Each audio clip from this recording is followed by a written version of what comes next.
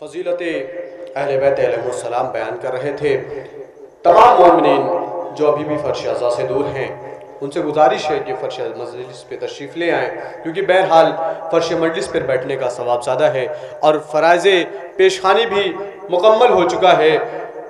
سرکار چند ہی لمحوں میں رونق افروز ممبر ہوں گے۔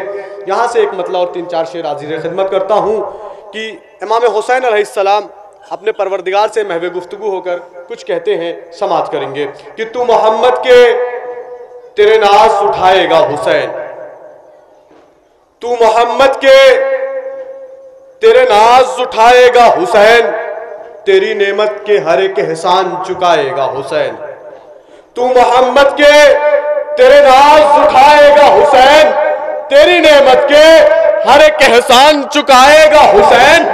تو میرے نانا کو جو محبوب کہا ہے تو نے، میرے نانا کو جو محبوب کہا ہے تو نے، رب اکبر تجھے محبوب بنائے گا حسین، رب اکبر تجھے محبوب بنائے گا حسین۔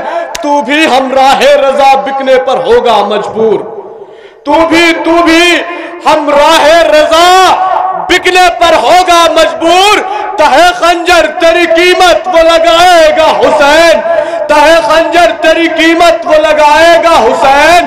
بتاؤ اے خون کے ماتم سے روکنے والوں وہ کیا کرے گا جسے یاد آ رہا ہے حسین، بتاؤ اے خون کے ماتم سے روکنے والوں وہ کیا کرے گا جسے یاد آ رہا ہے حسین۔ آخری شعر حاضر خدمت ہے کہ تو محمد کے تیرے ناز اٹھائے گا حسین، تیری نعمت کا ہر ایک احسان چکائے گا حسین۔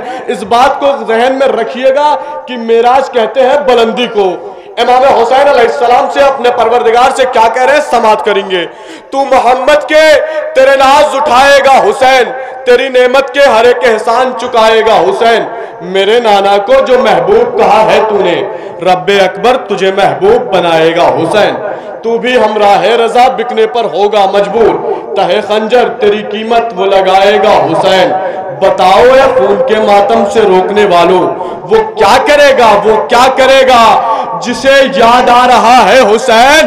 تو تیری معراج کے لائق تو نہیں مقتل کا نشیب، تیری معراج کے لائق تو نہیں مقتل کا نشیب، بول آئے گا اگر تجھ کو بلائے گا حسین، تیری معراج کے لائق تو نہیں مقتل کا نشیب، بول آئے گا اگر تجھ کو بلائے گا حسین۔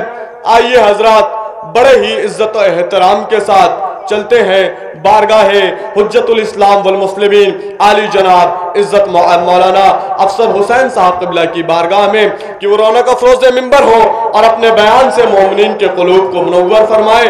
گزارش ہے کہ ان کے استقبال میں باواز بلند نعرہ صلوات پڑھیں۔